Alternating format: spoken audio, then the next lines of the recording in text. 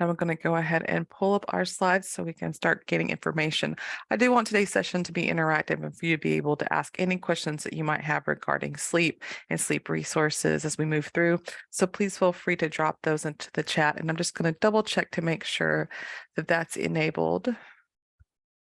Perfect for everyone. And it is. You can also feel free to drop those questions into the Q&A because we'll be checking those throughout this session, but also there'll be time at the end to be able to answer any questions that come up for you. Okay. Go ahead and pull that up, and then I will hand it over to Daniela. Hi everyone, I'm Daniela. We're going to be talking about the rest of our presentation, sleep hygiene tools and tips.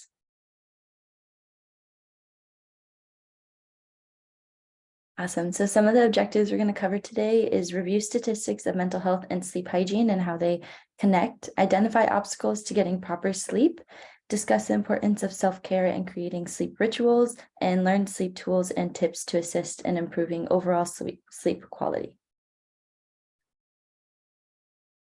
So here's a quote by Charles M. Schulz. Happiness is waking up, looking at the clock, and finding that you still have 2 hours left to sleep. I know we've all been there, so yeah, cute quote. So some sleep statistics to go over. 10% and 30% of adults struggle with chronic insomnia. Adults 18 through 64 years old need more than 7 hours of sleep. 35.2% of adults report sleeping on less than 7 hours per night. In Hawaii, 43% of adults get less than 7 hours of sleep per night. And Hawaii has the greatest percentage of adults who get less than 7 hours of sleep per night. So some of the health impacts that come with sleep deprivation and how it impacts one's overall health is impaired cognition, higher levels of anxiety, stroke risk, increased risk for diabetes, increased symptoms of depression, increased risk of breast cancer, increased risk for heart disease, and weight gain. Thank you, Daniela. So the reason that we always want to bring up and talk about sleep is because in the last 2.5 years, we've seen a little bit of a shift and change in mental health. You've heard probably us talk about it if you have come to other presentations by us, but we've seen an increase in anxiety and depression, but also in sleep-related issues. So nationally, about 30 minutes less quality sleep per night, and keeping in consideration that Hawaii is also one of the top leading states for people who are getting less than 7 hours per night. And then you add in that additional impact that's been happening. And that's really why we're talking about sleep more and more. I think it's really important for us to be aware of the fact there's a lot of physiological changes that happen, a lot of negative impact to the body when we don't get enough sleep. We have a natural kind of circadian rhythm, a natural kind of biological clock that's set for 24 hours. And sometimes people have a little bit of a different one. You hear people talk about being a lark or being an owl. But in general, we need to be exposed to getting some sunlight, getting some good exercise early in the morning. If we're going to nap, we need to do that pretty early on and to keep those short and avoid caffeine the closer we get to bed. And when we're right about to go to sleep, to make sure we're not using any electronics, and then we're keeping that really consistent schedule. When we do those types of things, it maintains that nice sleep-wake cycle. But for some people, it can be really difficult to maintain it for a number of different reasons, including things like hormonal changes that can disrupt the sleep cycle. One of the questions I get asked a lot is, okay, so we need sleep. Clearly, we probably need over 7, since that's the number that keeps popping up. But what's the average amount of sleep we need per developmental stage? This is a nice chart that they have. This is from the CDC and from a couple other different sources where they looked at, including the National Sleep Foundation, they looked at different age ranges and they looked at basically the average that we would expect to see. So newborns, we're looking for about 14 to 17 hours. By the time we go into our teenage years, we're looking at 8 to 10. And then as adults, that starts to shift a little bit, but it stays steady around that 7-hour point. But for most of us falling at 18 to 60, that's 7 or more hours per night. And from 61 to 64, 7 to 9. And then 65 and older, 7 to 8. I have met people who, because this is on an average, correct? So they fall a little bit less or a little bit more than that. And that's okay. It's when that's extremely less than 7 or more than 9 that we have to wonder if there might be something else going on medically. So when we talk about sleep, We talk about the last 2.5 years and all the things that have occurred that impact sleep. So some of the issues that people might experience that would make it difficult to keep that circadian clock in check would be things like irregular work scheduling or night shifting, just different shifts that make it harder to follow that cycle. Consumption of energy drinks or caffeine, especially if we go into the later afternoon and evening. The stressors from unemployment that kind of does also make it difficult, besides the financial stressors, to maintain that work schedule, that kind of being awake during the day from a specific time and then going into more of a relaxed period in the evening. Sometimes those things can blend, and we saw that happening a little bit for those who are working from home. We talked about those financial stressors, the alcohol and substance use, and there are specific health conditions that can make sleep difficult. Some of those things could be chronic pain. It could be reflux issues because when they lay down, they have more reflux symptoms. And then, of course, anything that is related to hormones that could dysregulate. Those newer stressors are going to be the pandemic and the quarantine, people who are still teleworking, children that started homeschooling because it disrupted their schedule, the social distancing, which makes it harder to kind of go out in the day and then come and rest at night, just not really getting that support system that you need. And then not traveling. Sometimes when we travel, we reset when we come home. But when we stay home for long periods of time, again, those schedules get a little bit looser, a little bit less defined. When I talk to people about their sleep, sometimes they say, I sleep great. I don't have any problems. I get 8 hours. Because that's their kind of like benchmark. That's the hallmark they're trying to kind of hold on to. But then you start to think about, so that's your quantity of sleep. What's your quality of sleep? So it's really important to ask questions like, if you're trying to go to sleep, is it hard for you to fall asleep within an hour?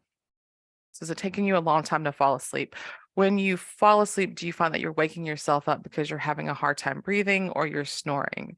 So again, that's pulling you out of those nice sleep cycles. Do you have irregular heartbeats or do you have a difficult time sweating while you're asleep? Do you have racing thoughts that make it hard to fall asleep or stay asleep? Do you have restless legs while you're in bed? Are you waking up before your alarm goes off? And that's consistently happening. Do you wake up with morning headaches? And are you sometimes sleeping when driving or just being stationary for any length of time? This is starting to ask questions related to your quality of sleep. So maybe you're getting 8 hours, but you're waking up frequently. It took you an hour and a half to fall asleep, and you woke up 30 minutes before you wanted to. Or maybe you had a hard time because you weren't able to regulate your body temperature. And so you felt really overheated throughout the night and kind of drifted up. And you were aware that you were waking up, but then were able to go back to sleep. But that happened several times.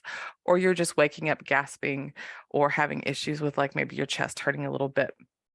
Those are all things we have to start to look at because it could be related to a sleep disorder. It's really important if you are saying yes to some of those questions we just asked and you haven't checked in with your primary care physician in a while that you do so because some of those symptoms can mimic other medical issues. But like we talked about before, some sleep issues can impact and create more intensity with medical issues. So common sleep disorders that we would be looking for, especially for those who are experiencing some of those quality issues, would be insomnia. So despite doing all the different tips that we're going to talk about later in the presentation, you still have a hard time maintaining your sleep hygiene. Narcolepsy, so you're falling asleep despite not wanting to. Restless leg syndrome, exactly what it sounds like. And then sleep apnea, which means you're having an issue with breathing in your airway throughout the night. Of course, there's other ones such as snoring. We see this pretty frequently with those who maybe have issues with trauma, or for our younger children, might have nightmares or sleep terrors. There's also sleepwalking or talking, and then bruxism, which is the grinding of the teeth, the tightening of the jaw. The common one we talk about the most is insomnia, and I think it's because it's one of the most common sleep disorders that we see.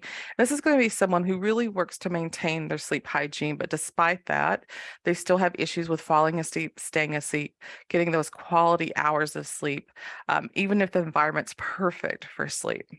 If you have short-term insomnia, that means you're just experiencing it for a couple of days to weeks. And maybe that's related to something stressful, something that was a recent change. And we would expect that to happen to some people because stress and sleep absolutely go together and become impacted.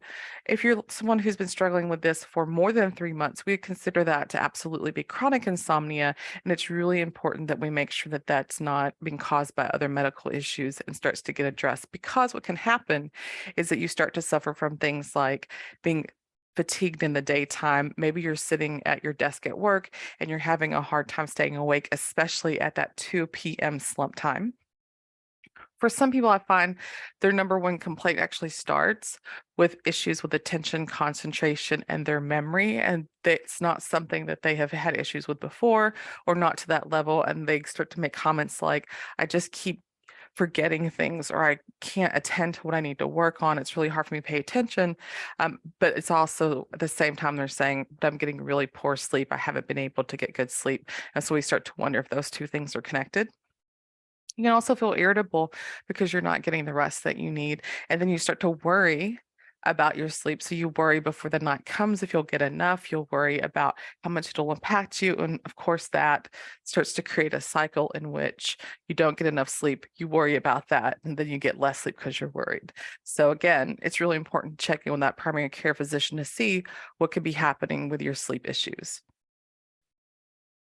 We always recommend seeing your primary care physician because for those who have insurance, that's going to be the place where you can talk about what's happening. They can do a really nice screener or survey for how your sleep is going and then make referrals. There's sleep clinics on the island and within the state that you can be referred to if you decide that you want to get a sleep test to see if maybe you have some of those commonly seen sleep disorders, such as sleep apnea, that could be aided by some type of equipment or treatment.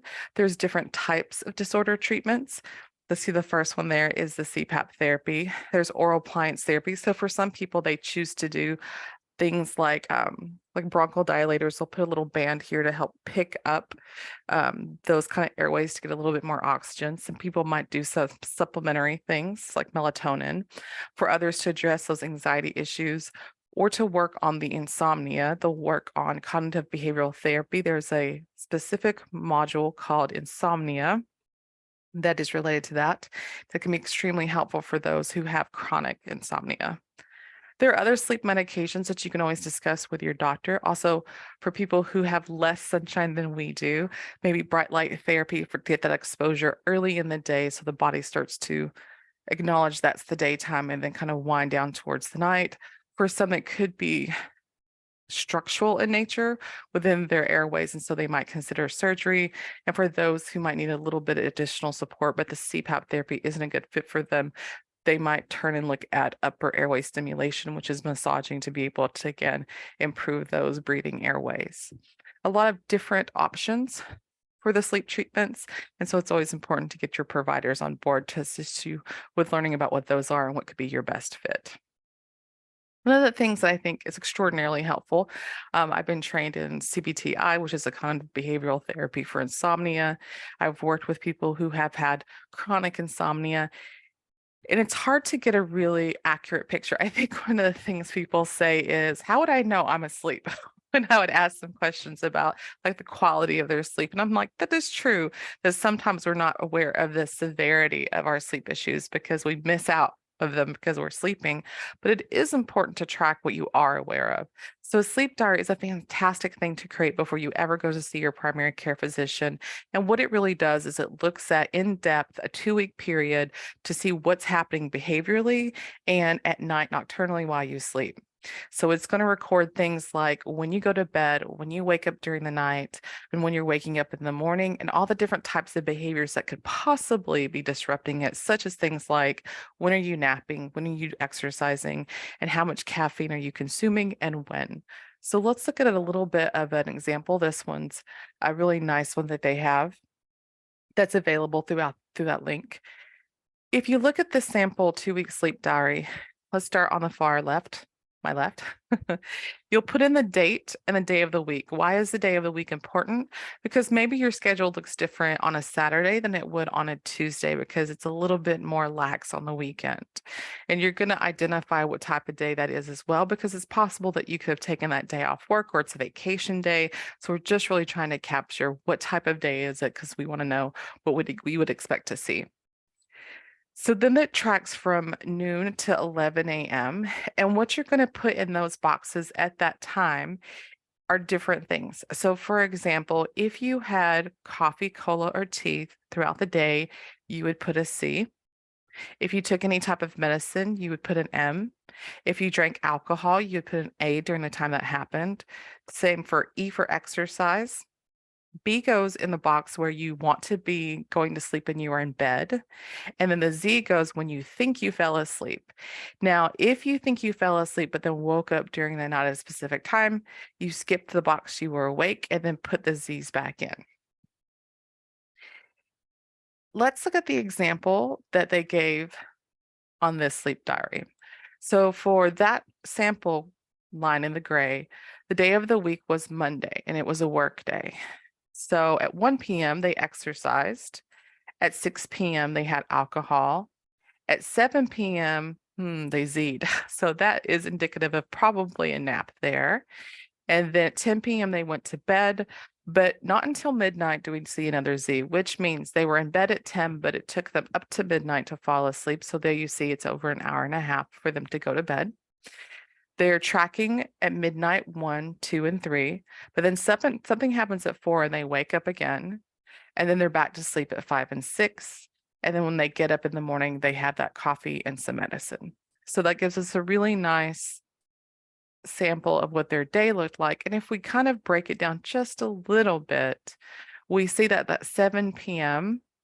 Z, that nap, is possibly something they need to look at because it's really close to when they want to be going to bed. Also, that 10 p.m. B means that it's taken quite a bit of time for them to be able to fall asleep. And the question also becomes what happened at 4 a.m. that woke them up, that disrupted that nice 8-hour period of sleep. So something to consider with just that sample bar to look at, but you can see why when you have 2 weeks, it's possible that we can start to identify patterns of where maybe we can do some slight behavioral changes. So if they really want to get that nap in, that we possibly push it as far back as we can to possibly like the 3. I mean, the best point would be to have it like at noon, before noon, and at short intervals like 30 minutes, 45 or 60 minutes. But that's how a sleep diary can be helpful, because when you go to talk to your primary care physician, you would have it in hand and say, I've been struggling with my sleep and this is what it looks like. And that's a really fantastic way to start that conversation and have a lot of information about it. So we talk a little bit about sleep issues. So how do we help ourselves have better sleep? And that's when we start to talk about sleep hygiene. What do I need to do to have better sleep? So the first thing we say is keep a really consistent sleep schedule. I know there's kind of this weekend desire sometimes for people to sleep in a bit. And I would say you have to be really careful not to oversleep in every weekend, because then it does start to disrupt at least Monday and Tuesday of your schedule. And then by the time you're getting back on track for Wednesday, Thursday, and Friday, it's just a couple of days before again you start to oversleep in and then it disrupts again. So just think about how you can possibly look at making it as consistent as possible, if possible, to make sure that when you set that bedtime for yourself, that you have enough time to get 7 to 8 hours of sleep. I've talked to people who go, oh, I go to sleep at 1 in the morning. I'm like, what time do you get up? And what they're doing is like, oh, I get up at this time. And I'm like, that's only 6 hours. So you were never going to get 7 to 8 hours because there wasn't enough time to be able to get that. So try to be mindful of the fact, especially if it's taking you longer to fall asleep, that that B is put in a place, that bedtime is put into place that allows you that extra time to fall asleep, but then to also get the really nice 7 to 8 hours of sleep. If you're not sleepy, don't get in bed. This one's really hard for me as well because I don't get sleepy easily. And so I could really amuse myself. I could stay up for a long time going, oh, what's happening here? What's happening here? But what we want to do is boring things that are very relaxing at bedtime. Nothing really exciting, because then we will amp up our systems instead of calming them down, and then we won't get sleepy enough to get into bed. What we're trying to do is associate the bed with going to sleep instead of the bed with being awake or reading or doing any other type of thing like playing on our phones. So if we're not sleepy and we're in bed and we know that we're not going to fall asleep, it's really important to get up, go do something else for a little bit. Again, make sure that thing is boring and relaxing. And then when you start to get sleepy, go back into the bed and try again. Just not hanging out for long periods of time doing other things so that your brain starts to say, oh yeah, we do other things that when we're in bed besides what we're supposed to.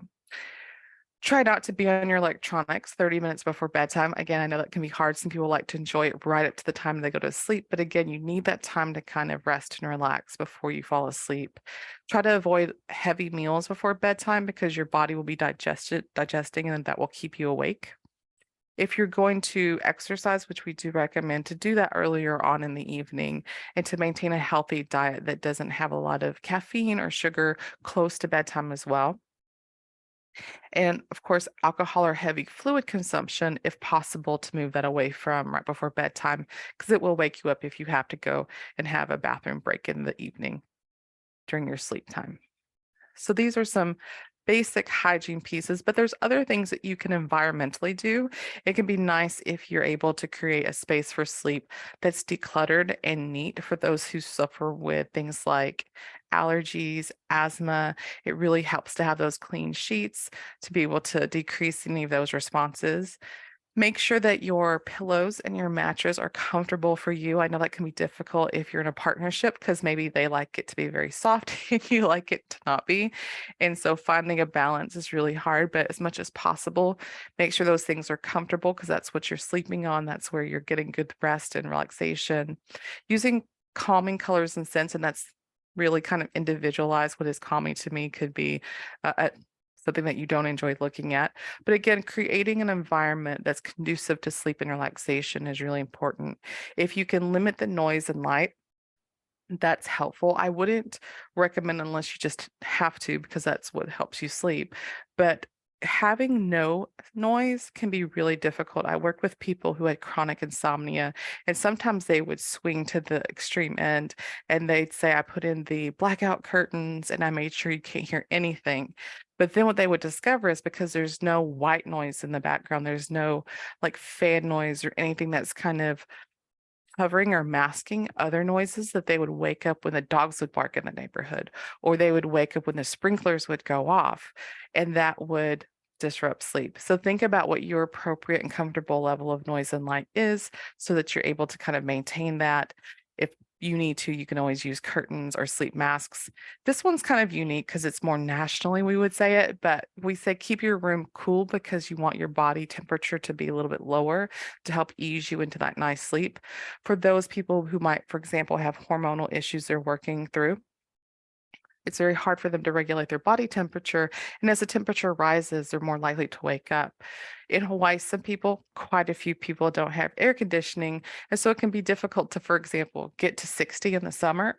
A lot of us are not going to be able to do that, or not, that's not where we wanted to um, find our ideal temperature. We'd be like, that's way too cold. So think about what is a temperature for you that is maintainable and comfortable that you consider cool, and how can you maintain that? And so maybe it would be having a fan. And for those of you who have a real difficult time regulating body temperature, that would be recommended. One of the things that can be helpful as well, kind of within the sleep hygiene area, is the idea of unwinding and de-stressing before bedtime. So, mindfulness is a fantastic practice to be able to do that.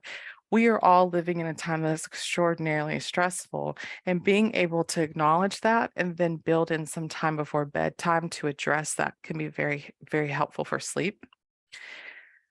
Things like stretching before bedtime can help you relax and kind of ease some of that muscle tension that you pick up during the day. If you're someone who has racing thoughts, someone who has a lot of brilliant ideas right before bedtime, keep a notebook by your bed and just dump those ideas out. And when you close the cover, you say, I'm done for the night. I'll look at that again tomorrow. Because I think we worry if we don't replay it or follow it through that we'll forget about it the next day. But if you do keep that notebook readily available, you're able to look at it later, follow up on it, and not feel stressed about holding on to it or forgetting it. So that's really helpful to do about 30 to 60 minutes before bedtime. Now I'm going to pass it over to Danielle to talk about some great breathing exercises. Awesome, thank you.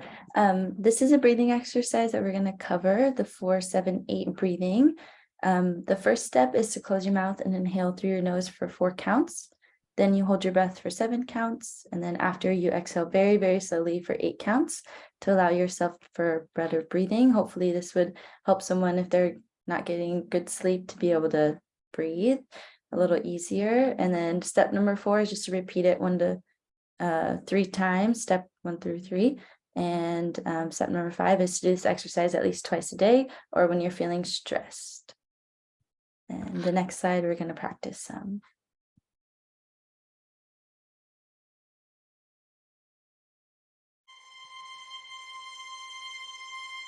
So practice your 4-7-8 breathing as we watch a relaxing video.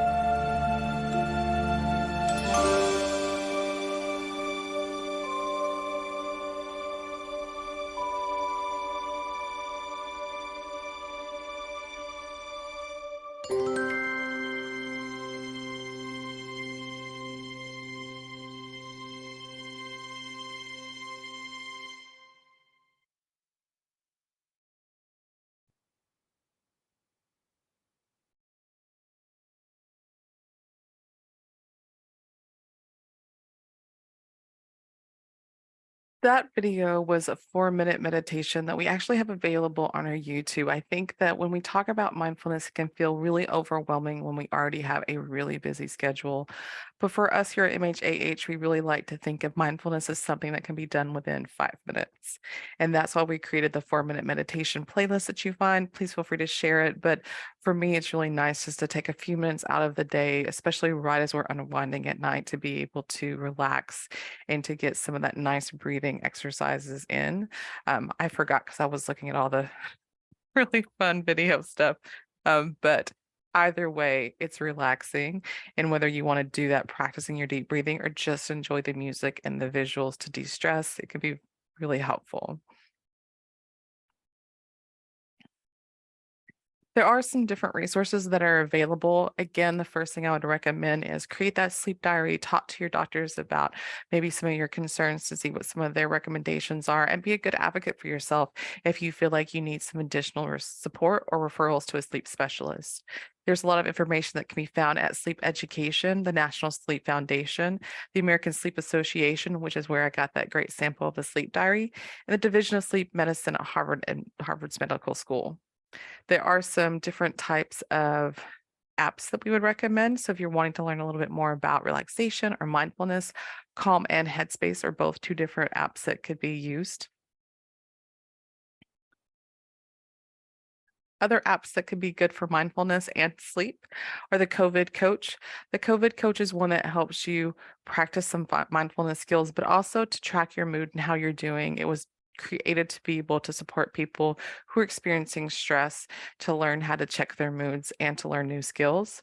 CBTI, there's that cognitive behavioral therapy for insomnia. This is a fantastic one because it was created specifically for people who have, for example, anxiety, post-traumatic stress disorder, and really the chronic insomnia, but it can be used by anyone. And it's very, very evidence informed and backed. For this one, which I do use myself, what you do is you put in those different quality question answers. And so maybe it's what time did you want to go to sleep? You put that time in. What time did you actually go to sleep? How long were you able to stay asleep? How many times did you wake up? And so instead of just tracking whether you got 7 hours or 6 hours, it tracks types of sleep, the different things that might be an issue for you, but it also gives you recommendations, which is really nice and helps you set reminders. So we do recommend the CBTI app. As with all things, we want to make sure that if you're experiencing any type of stress or crisis, that you have the resources that you need. And so some of the resources that we recommend are these. We will make sure that we send this out in a separate document to everyone who attends today. But the 988 National Suicide Crisis Line is up and running. Anyone could use that just like they would for a medical crisis at 911. And then we do have free online screenings. If you're interested, you can follow that QR code to look at any kind of concern that you might have around mental health and for the recommendations that they give there. It is free 24/7 and anonymous. And for those of you who are looking for a little bit more support around crisis, specifically around suicide prevention and planning, we have our noshamegethelp.org website that's really helpful for being able to get those resources, but also create a safety plan for you or for someone that you love. If you're wanting to find some of the resources that we use throughout our trainings, YouTube, MHA of Hawaii will have those wonderful 4-minute meditations. It also has a really nice playlist called Munch and Learn, where you're able to learn different kinds of relaxation and coping skill techniques that can be used before bedtime, such as progressive muscle relaxation or diaphragmatic breathing. We also have our Facebook, our Instagram, our TikTok, and our Twitter. We try to be up with the social media. Thank goodness we have younger people, including our interns, who help us work on those things.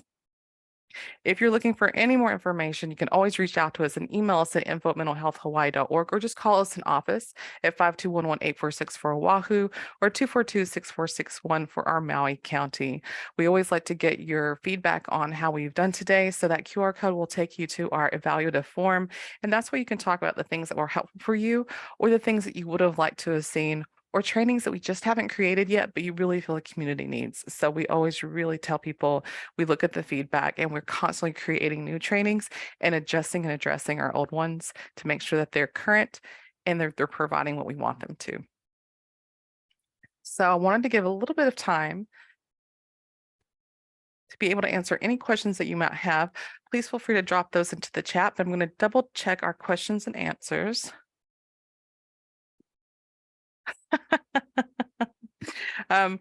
Someone commented that their sleep is a little bit different in their age range, saying that their sweet spot's about 6.5 to 7 hours a night, and 7 is really what we'd expect to see kind of across the board. You can be a little bit more, a little bit less, but I think that individually, I've seen people kind of hover above at like the 9.5, and down to about the 6.5.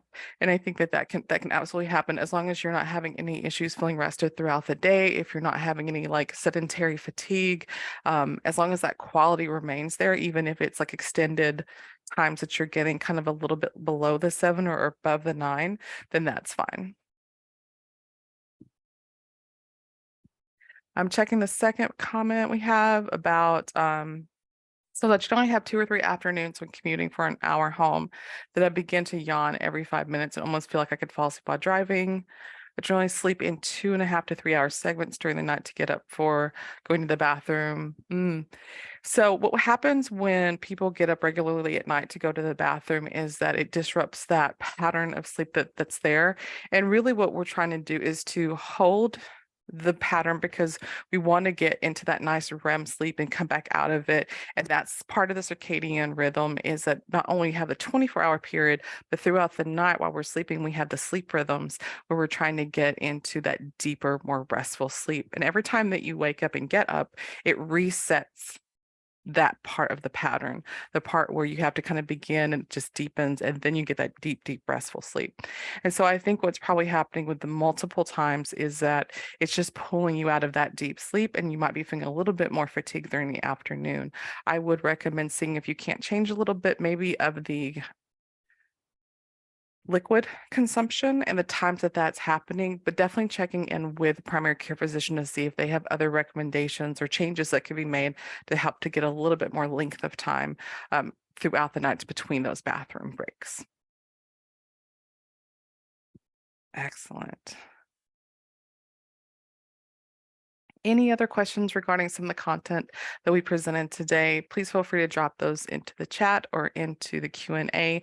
If those questions come up for you later, you can always email us at info@mentalhealthhawaii.org. We will have this recording available on our YouTube page, like I mentioned, and we will provide you with the PDF slides.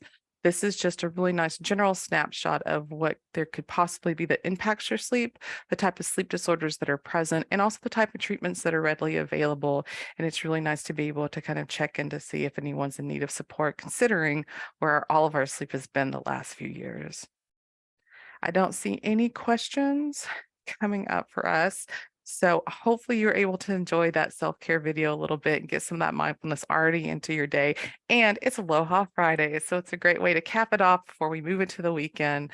I want to say thank you to Daniela so much for joining us again today and for presenting with us. We greatly appreciate our interns and all the work they do in supporting our community.